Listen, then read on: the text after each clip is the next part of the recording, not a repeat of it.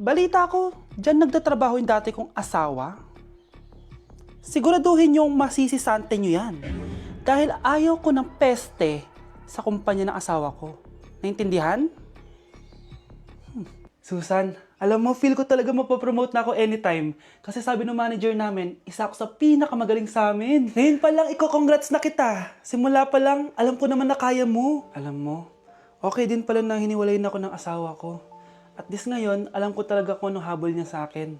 Yun ay pera. Madami pang ibang babae dyan, ano ka ba? Tsaka ang importante ngayon, nakafocus ka sa pagpapaganda ng buhay nyo.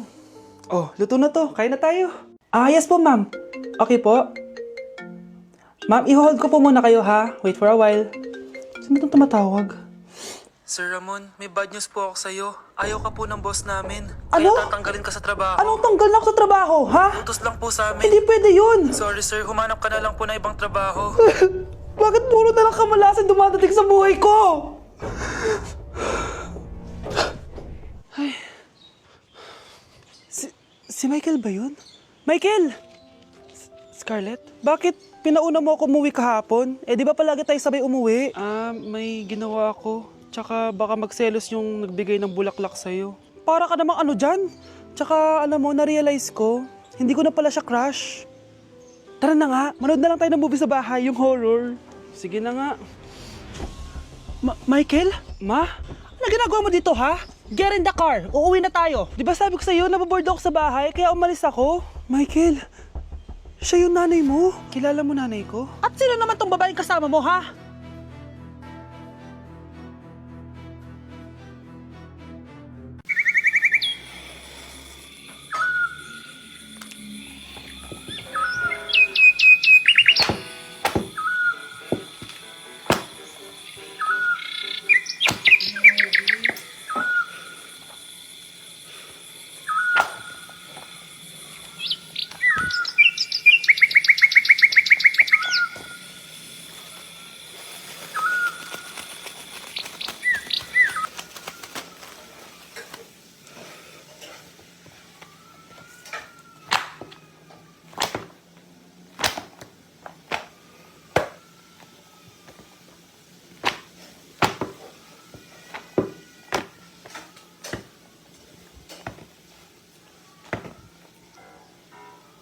This year, ang Christmas decor namin dapat aesthetic, mala Pinterest score.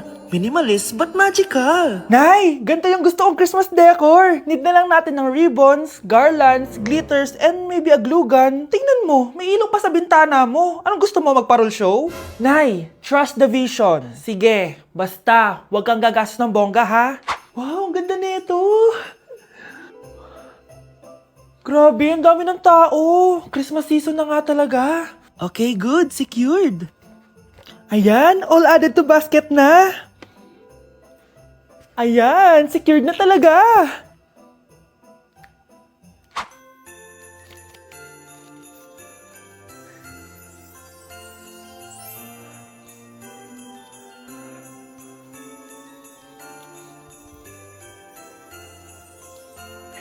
Anak, paubos na yung ribbon, no? Oh, eto, ribbon ng cake. Same color naman eh. Pwede na yan. Nay, masisira yung team. Magkaiba yung sukat, oh.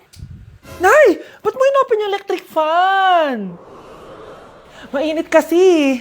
Ay, Diyos ko, ang kintab ng pusa. Ang gulo na tuloy. Gusto ko lang naman maging maganda to eh. Anak, maganda naman oh. Tingnan mo. At least, nagkaroon tayo ng mother-daughter bonding. Parang okay naman. O, di ba? I'm the OG interior designer.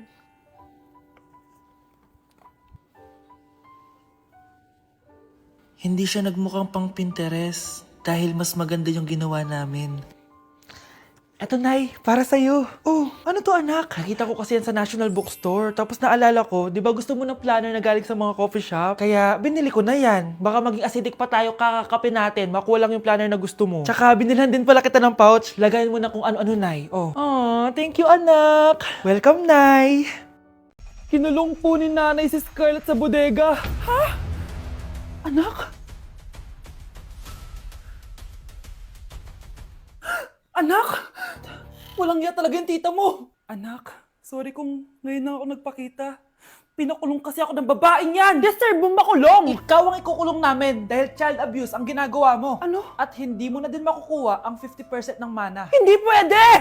Nay, masaya ako na nandito ka na. At hindi na din tayo maghihirap dahil sa pamana ni tatay. Masaya din ako, anak. Siyempre kasama ka dito sa Manta.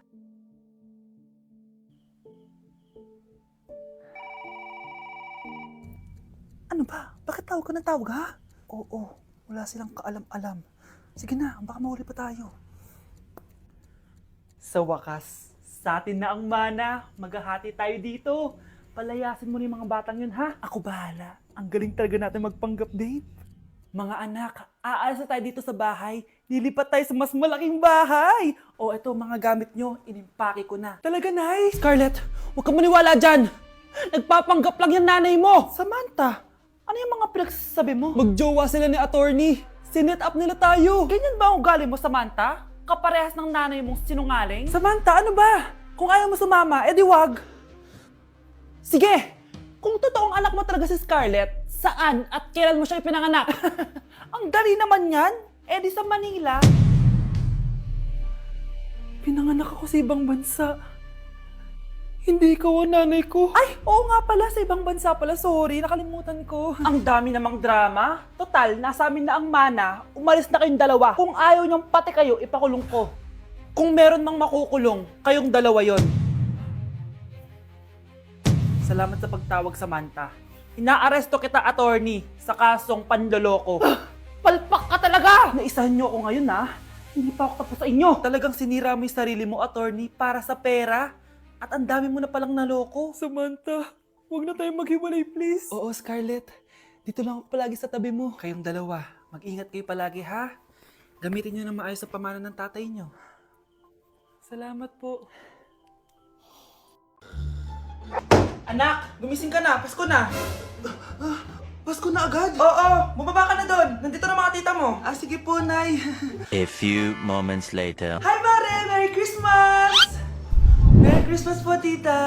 Eto na ba yung anak mo, Mare? May boyfriend ka na ba? Wala po akong boyfriend. Study first po kasi ako eh. Study first o walang nagkakagusto sa'yo? Tignan mo nga sarili mo. Kesa naman sa'yo, mukha kang babaeng aso. Sige, kain na tayo. Nandito na naman yung tita kong laitera.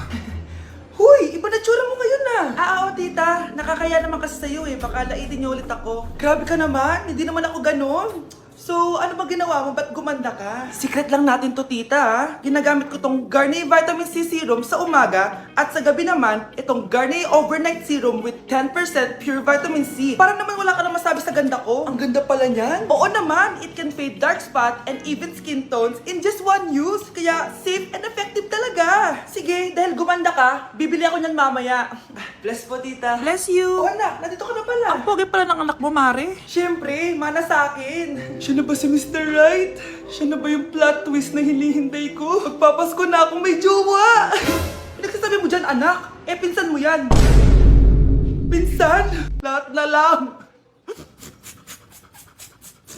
Oh, galingan nyo sa school mga anak ha? Opo, Nay, gagalingan namin. Siyempre naman, Nay. Kami pa ba? O siya na, ingat kayo ha. Alis na kami, Nay. A few moments later. Hala, di ba siya yung babae may dalawang muka? Kari, galingan mo ha. Ako na bahala sa sagot. Ay! Pumasok yung kaklase nating dalawa ang muka! Nakakatakot. May kaklase pala tayong abnormal. Mukhang alien. Kari, wag mo na silang patulan. Kapag ba may jowa si Kari, jowa na din ni Maya yun? Kari, hayaan mo na sila. Kari, kapag masakit ba ulo mo, masakit din ba ulo ni Maya? Aba, sobra na kayo ah! O anak, ba't nakasimangot ka? Binubuli nila kami sa school, Nay.